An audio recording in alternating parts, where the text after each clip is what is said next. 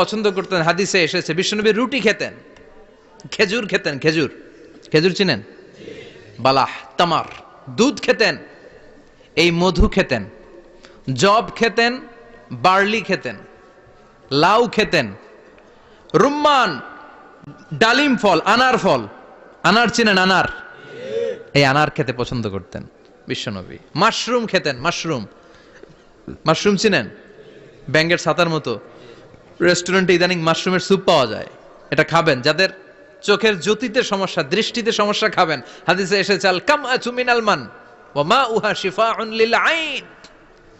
Mushroom হলো মান্না সালোয়ার মতো খাবার। মাশরুমের স্যুপ যারা খাবে, চোখের জ্যোতি যাদের কম, তাদের চোখের জ্যোতি বাড়িয়ে দিবে কে?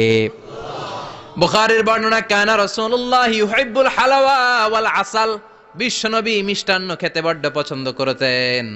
আবার বিশ্ব